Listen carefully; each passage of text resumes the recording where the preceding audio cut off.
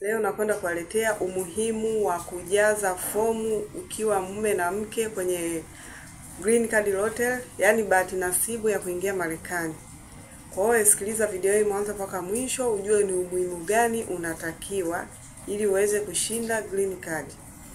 Kabla ya kusikiliza video hii, bonyeza alama imeandikwa subscribe hapo chini, kisha bonyeza alama ya kengele na kila video inayokuja itakuwa kwanza kuiona.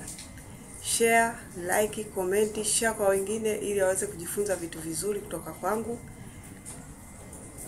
Bila kusahau neno limeandikwa subscribe, hilo neno ndo la muhimu zaidi, ili kila video inayokuja utakuwa kwanza kuiona. Hii bahati nasibu ya kuingia Marekani, watu wengi wanashindwa kutokana na ina vigezo vingi sana. Vigezo vyake ukivifuatilia vigezo vyake ni rahisi sana kushinda. Kwa hiyo ukitaka kushinda, 80% wale wanaoshinda kwa kufuatilia zaidi ni wale wanaojaza wanandoa. Na Green Card ina vigezo vyake. Yaani kiwa mume na mke ni rahisi sana kupata Green Card na una cheti cha ndoa. Sio kwamba mume na mke umeoana leo, mmefunga labda ndoa ya bomani na mkapata cheti mkaenda kuomba Green Card Lottery. Wanaangalia kwa sababu kile cheti kinakuwa na tarehe. Kwa hiyo wanaangalia pale kama huyu kweli ni mume na mke. Hivyo ndio vigezo vitakavyofuatiliwa. Na pia unaruhusiwa kujaza mtoto kuanzia mwaka 0 mpaka miaka 21. Kwa sababu sisi wa Tanzania mtoto akishafikisha miaka 18 ni mtu mzima. Lakini Marekani mtoto akifikisha miaka 21 hao ndio wanaanza kuhesabia kwamba ni mtu mzima. Kwa sisi tunahesabia miaka 18. Lakini wao miaka 21 wanaanza kuhesabia mtu mzima. Kwa hiyo kama kwenye kujaza mtoto unamjaza mtoto kuanzia 0 mpaka miaka 21.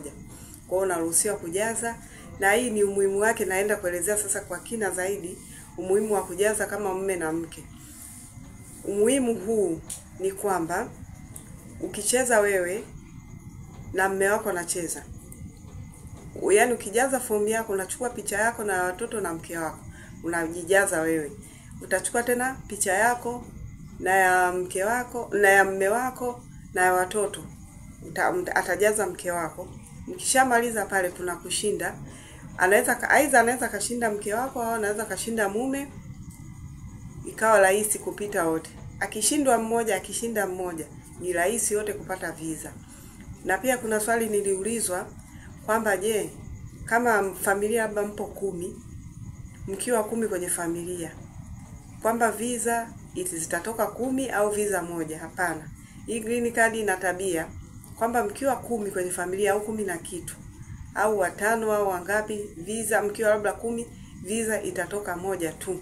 Kwa sababu Green Card Lottery hawana utaratibu wa kuhesabia visa 10 wala visa 7 wala visa ngapi. Wanahesabia visa moja tu.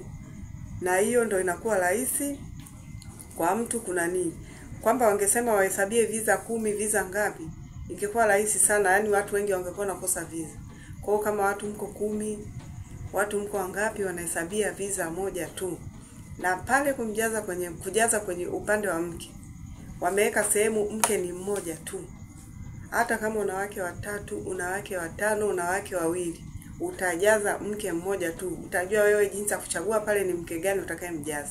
Hii Green Card Lottery haina utaratibu wa kujaza sehemu kama kuna wake 3, kuna wake 2. Serikali ya Marekani yenyewe inaamini mke ni mmoja tu. Kwa hiyo pale utaangalia wewe mke utakayemjaza. Kama mke wako ni mmoja, 3, chagua mmoja ujaze mmoja. Ila watoto, sehemu ya kujaza watoto iko ni sehemu kubwa. Kama watoto 5, watoto 6, utaangalia pale utajaza. Kwa hiyo hii ndio umuhimu wa kushinda ukiwa mume, yani mkiwa wanandoa ni rahisi sana. Hii ukifuatilia kwa ukaribu zaidi, nimegundua kwamba wanaoshinda zaidi ni wale wanandoa. Japo ndio wapo wanaoshinda mtu mmoja, lakini kinani zaidi wengi 80% wanaoshinda ni wale wanandoa. Kutokana na nini? Akijaza huyu peke yake na huyu peke yake, kuna mmoja hapo akishinda mnaondoka wote. Kwa hiyo hii ndio muhimu wa kujaza fomu ya Green Card Lottery. Kwa hiyo bado serikali haijatangaza Marekani, watu hawajajua ni lini itaanza. Tarehe itakayotangazwa nitawaletea hapa. na deadline yake nitawaletea. Endelea kufuatilia hizi video, na kila video usifuatilie ukaishia njiani, hutoelewa kitu. Fuatilia video hii mwanzo mpaka mwisho, yani wewe unasikiliza mpaka mwisho wa video. Itakuwa rahisi kwako kuelewa. Kwa hiyo watakavoleta hiyo tarehe ya kujaza hizo form, nitawaletea hapa na mtakwenda kuelewa zaidi, na mtakwenda kujifunza zaidi, na mtakwenda kujaza form mkapate kuondoka kuingia Marekani. Na hii bahati nasibu ni rahisi sana, ukishinda haina usumbufu wa visa. Yani wewe utapanda visa, yani haina haja ya kuomba visa tena. Ni maswali machache utakayoulizwa, lakini kule umeshashinda, haina usumbufu kama visa zingine zinavyokuwa na usumbufu. Najua mmenisikiliza hii video na mmekwenda kuelewa. Kwa hiyo kama wewe una mke wako, kuna sehemu pale unaweka na cheti cha ndoa kabisa, kuna sehemu unajaza, na usijaze taarifa za uongo. Jaza taarifa zako vizuri, usikosee. Usio kajaza sina mke, alafu kwenye kuomba visa ukasema nina mke. Hiyo visa utanyimwa, kupati. Kwa hiyo ndio unavyojaza taarifa zako, jaza kwa usahihi zaidi, uwe makini. Usio kajaza sina watoto, kumbe watoto unao, utakosa visa. Kama una watoto, una mke, una watoto, una mume, jaza. Kwamba wewe ni mwanamke, mjaze mume wako pale, jaza na watoto wako. Hii itakusaidia zaidi hata kwenye kuomba visa. Usije ukashinda, usijaze watoto ukashinda visa, hawatakuruhusu kuondoka na watoto, utaondoka wewe kama wewe.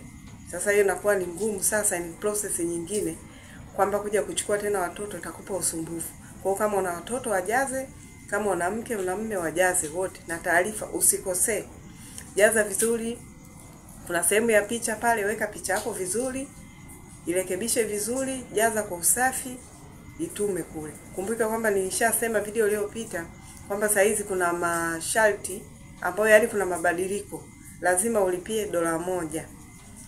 Kila mtu unavojaza pale unalipia $1, na hivi ndio vigezo vilivyoletwa saa hizi. Yani ndio mabadiliko yaliyoletwa kwenye green card. Najua mmenisikiliza na mmekwenda kuelewa, mtakwenda kujifunza zaidi. Endelea kufuatilia video zangu. Pia endelea kusubscribe hapo chini. Kisha bonyeza alama ya kengele, na kila video inayokuja utakuwa kwanza kuiona. Asanteni kwa kunisikiliza.